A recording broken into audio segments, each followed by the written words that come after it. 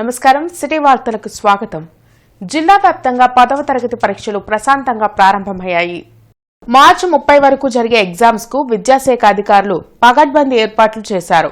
జిల్లాలో మొత్తం 147 పరీక్షా కేంద్రాలను ఏర్పాటు చేసి విద్యార్థులకు ఎలాంటి అసౌకర్యం కలగకుండా మౌలిక సదుపాయాలు కల్పించారు. ఉదయం 9:30 నుంచి మధ్యాహ్నం 12:45 వరకు పరీక్షలు జరగనున్నాయి. ప్రతి విద్యార్థిని చెక్ చేసిన తర్వాతనే ఎగ్జామ్ సెంటర్లోకి అనుమతించారు. ఆంధ్రప్రదేశ్ రాష్ట్రాన్ని అన్ని విధాలా వంచిన ప్రధాని మోడీ ప్రజాగళం సభలో బీజేపీకి ఓటు వేసి కేంద్రంలో మూడోసారి గెలిపించారని అడగడం సిగ్గుచేటని పీసీసీ వర్కింగ్ ప్రెసిడెంట్ మస్తాన్ వలి అన్నారు. సిబిఐ, ఈడీ, ఐటీని అడ్డుపెట్టుకుని ఎలక్టోరల్ బాండ్స్ రూపంలో బీజేపీ అతిపెద్ద స్కామ్ కు పాల్పడిందని పీసీసీ వర్కింగ్ ప్రెసిడెంట్ మస్తాన్ వలి ఆరోపించారు. జిల్లా కాంగ్రెస్ పార్టీ కార్యాలయంలో ఈశ్వర్రావు, ఉస్మాన్ ఇతర నాయకులతో కలిసి ఆయన మీడియాతో మాట్లాడారు. చిలకలూరుపేటలో జరిగిన ప్రజాగళం సభ అట్టర్ ఫ్లాప్ అన్నారు. రాష్ట్రానికి ఏమీ చేయని బీజేపీకి మద్దతు ఇచ్చిన టీడీపీ, జనసేనలకు ప్రజలు ఎందుకు ఓటు వేయాలని ప్రశ్నించారు. వైసీపీ, కాంగ్రెస్ పార్టీ రెండూ ఒకటే అని ప్రధాని మోడీ మాట్లాడడం హాస్యాస్పదంగా ఉందన్నారు. జగన్ పై షర్మిల పోరాడుతుందని, అదే సభలో చంద్రబాబు మాట్లాడిన విషయం ప్రజలు విన్నారని చెప్పారు. విభజన చట్టంలో ఇచ్చిన సంస్థల పేర్లు మాత్రమే మోడీ చదివారని, అవి ఎక్కడా ఇంకా నిర్మాణం కాలేదని మస్తాన్ వలి అన్నారు. ఈ మూడు కూడా బి అంటే బాబు, జే అంటే జగన్, పి అంటే పవన్ కళ్యాణ్. భారతీయ జనతా పార్టీ అంటే బాబు, జగన్, పవన్. ఈ మూడు కలిసి ఉన్నదే బీజేపీ. వీళ్ళు కాంగ్రెస్ పార్టీని విమర్శిస్తున్నాడు. నేను నేరుగా అడిగా నరేంద్ర మోడీ గారు నిన్న, మీరు ఈ రాష్ట్రానికి నేను చెప్పిన ఈ అంశాల్లో ఏదైనా ఒక అంశం పూర్తి చేశామని చెప్పండి.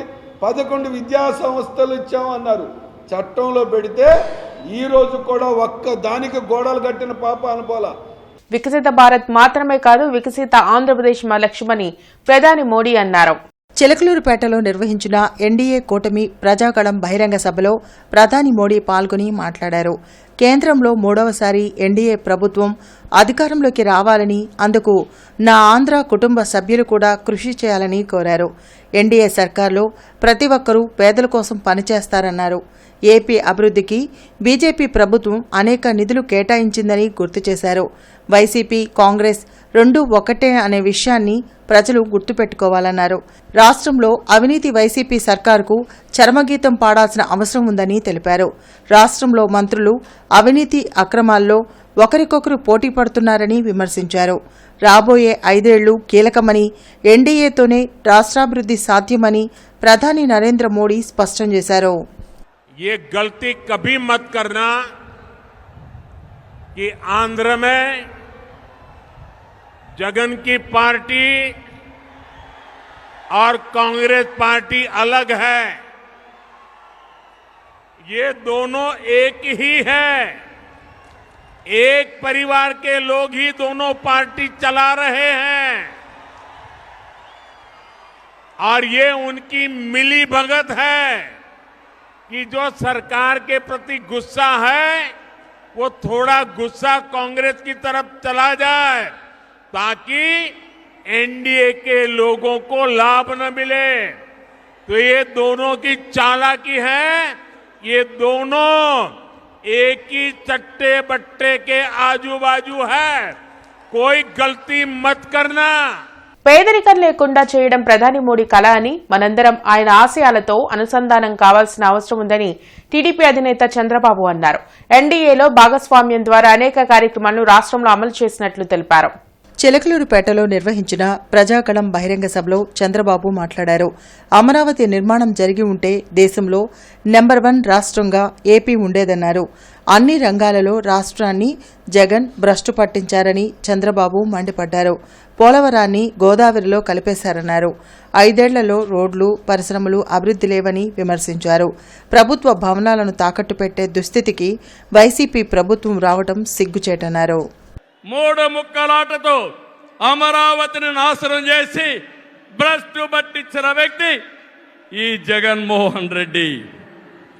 పోలవరం కేంద్ర సహకారంతో 72% పూర్తి చేసి ఈ ప్రభుత్వం పోలవరాన్ని గోదావరిలో కలిపేసే పరిస్థితికి వచ్చారు.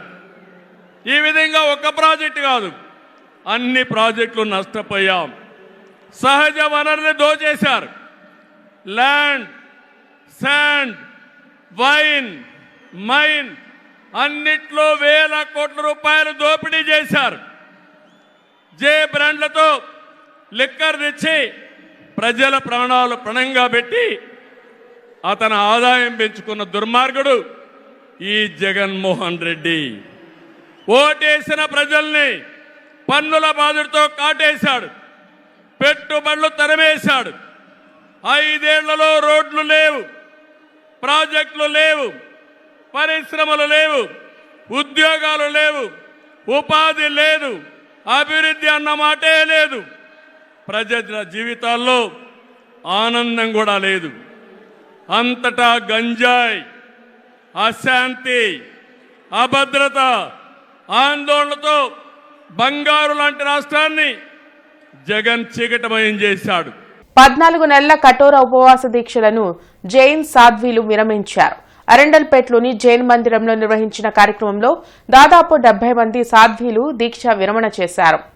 ఈ కార్యక్రమంలో మంత్రి విడుదల రజని, ప్రభుత్వ విప్ అప్పిరెడ్డితో పాటు స్థానిక కార్పొరేటర్లు, ఇతర నాయకులు, జైనులు పాల్గొని ప్రత్యేక పూజలు చేశారు. కులమతాలకు అతీతంగా ప్రతి ఒక్కరూ సంతోషంగా ఉండాలని మంత్రి రజని, ప్రభుత్వ విప్ అప్పిరెడ్డి ఆకాంక్షించారు.